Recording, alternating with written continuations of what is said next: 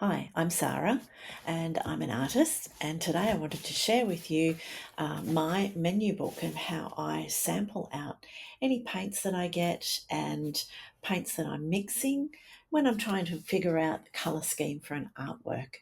So in this book, I'll begin to show you just the different colours, how I use it, and that why it's so important to do it and keep everything together so that you've got it there just as an easy reference for when you want to quickly pick up your paints and paint something, that you know exactly what colours you've got, how to mix them, and it's all here in one book. These here are some samples of a palette that I have that I use regularly in my studio. So I can easily pick up this and know exactly what colour and where, and the hue as well. Colours sit differently when they're in the pan to when they actually come out of the pan and onto the paper. So with using this, you can see exactly which colour is where, and it also helps when you're refilling your pans with the paint as well. So you know exactly the name and the paint to pick up to fill back into your pan. And here's a few more samples of different ways that I'll swatch out colours, especially when I'm trying to work on a new artwork and decide what colour to use. So I can't wait to get into this with you, and we'll go through my whole book and see exactly what I do and what colours. And it's not just for watercolour paints that you will see that I swatch out my silk paints as well as acrylic paints in here as well. So let's get into it.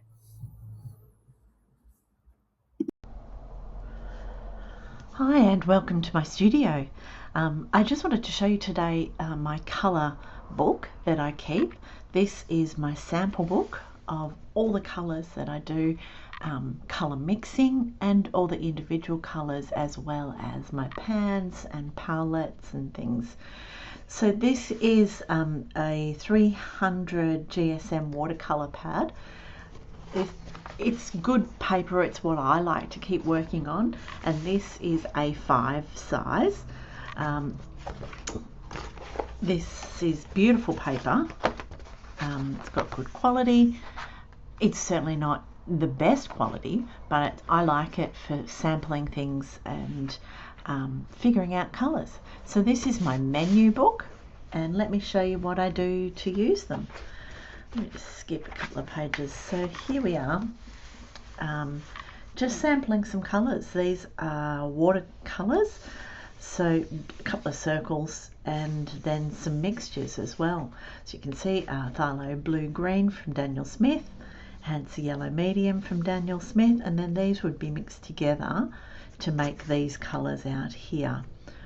Quinacridone Rose as well, so with the blue, is making this colour, and I think this could be the Antwerp Blue from Art Spectrum that comes together with the Quin Rose to make this purple.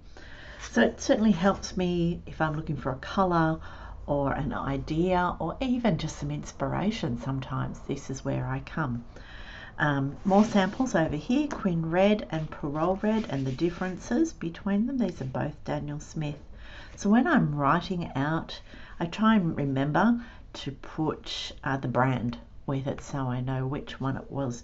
Also shows me how it has moved with the water, some of the effects that I'm likely to get, just as the straight watercolour that it is.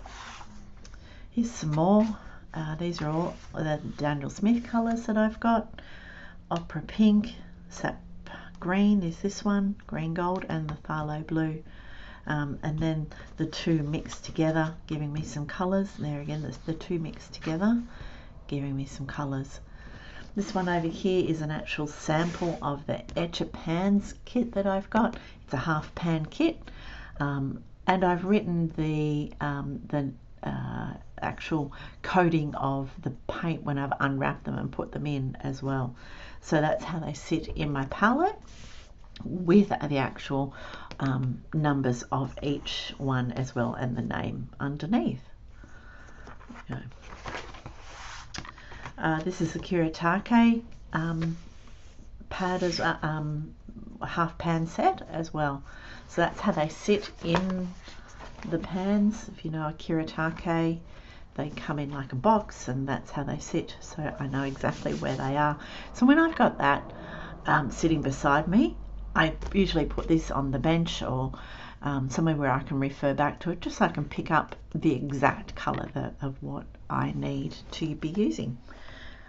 Just saves a bit of time as well.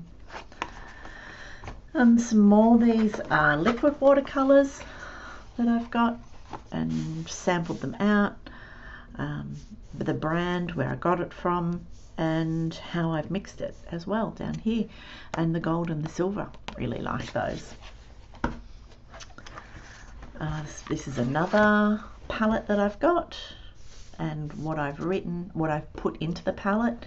The Daniel Smith Art Spectrum, mostly in this one as well. Just so I can pick up a palette and then go to the corresponding page in my menu book and know exactly what I'm working on. And this is another one. This is a bigger palette of watercolors that I've got, and where they're all put together. Also helps with refilling the pans as well. When you go back to refill them, I refer back to here just to double check that I'm putting the same color back in where I like them to be. Okay, so let me go on to these now. When I'm doing an artwork, I'll pick out the colors that I'm interested or thinking about using for an artwork, and swatch them out this way. So just the tiniest little bit of paint on the top, and bring them through with some water and letting them mix on the palette and also dry, so I can see the granulation in them and how they are. So there's just a little bit of the Cascade Green still there that I haven't mixed in, so that's Straight Payne's Grey and Moon Glow, all their Daniel Smith ones. Then in the back is more of these. I'm trying to work in the back where I'm working with different palettes as well. Here we are, here's another one. Same again with I picked up the tubes of paint and put just a little bit here. Now when I am painting, I will actually come back and use the paint straight off here as well. Usually there's a little bit of paint sitting on here, so these really do, they blend together. Lets me see how it's going to work on the palette and how it's all just going to mix together beautifully when I'm working on them. There's another one, yellows and greens, and I'm fairly careful to go back and write all the right colours, so that I can go back again later and just see how they've mixed. It's probably more for inspiration as well than anything else, for colour palettes. Cascade Green and Payne's Grey here is what I really liked in these two. It was something interesting. These are some more that I've done that I'll probably sticky tape in. I did these on some cheaper paper that I was sampling out. So here's some more again. Cerulean Cobalt, Ultramarine, Pale Purple, Prussian and Black, and just how they work on this paper. This is much thinner. It's certainly not 300 GSM. It's just a light watercolor paper, and it's also a different color, so that gives me this is white, this is certainly cream, so it helps me when I'm putting an artwork together and with the paper that I'm working as well. There's some more and more. Also shows the granulation as well, so I can go back and know which watercolors are going to granulate more than others. Going back here. There we go. This is some other mixing, colour mixing. These were silk dyes that I sampled out and mixed them together, and the ratios of how I have mixed them together.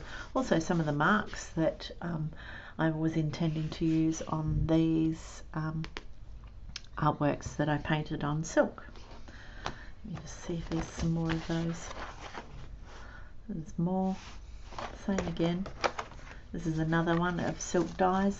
It was also an inspiration piece. No, I think that was actually the piece that I painted. show you that. So I took a photograph and printed it out of the actual artwork once it was finished, so that I can remember they're the colours that I worked with in here. Turn that around. There we go. So these were the silk dyes and the silk the painting that I used, different mixes and values of the mixes as well. There we go. So it's not just for watercolours or even acrylics. I use them for silk painting as well, for the colours and the dyes. And there's more. There you go. So I'd really like to see your menu book when you start putting it together. I hope that I have inspired you to pick up a menu book and start your own colour menus. It's certainly a journey, and I think this book has 50 pages in it, so that I can use, and I can, being 300 GSM, I can use both sides of the paper and know that it's going to hold up beautifully. And my notes are all there and I know exactly what I've done. So I'd love to see what you do with your colour menu and how you use it.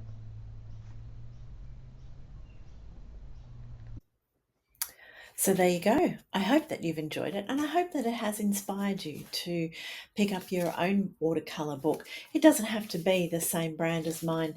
Any book will do, that you're comfortable putting your paints onto, whether they be watercolour or acrylic or even dyes, whatever you use. Sample your colours out, and I'd love to see them, and I'd love to see what you share with us as to how that you have used your colour menu book. So as you know, you can get me on all the social medias. I am at Sarah Raywood Artist. Please share what you do, and you can also have a look at my website at some of the creations that I do. So until next time, thank you again for watching.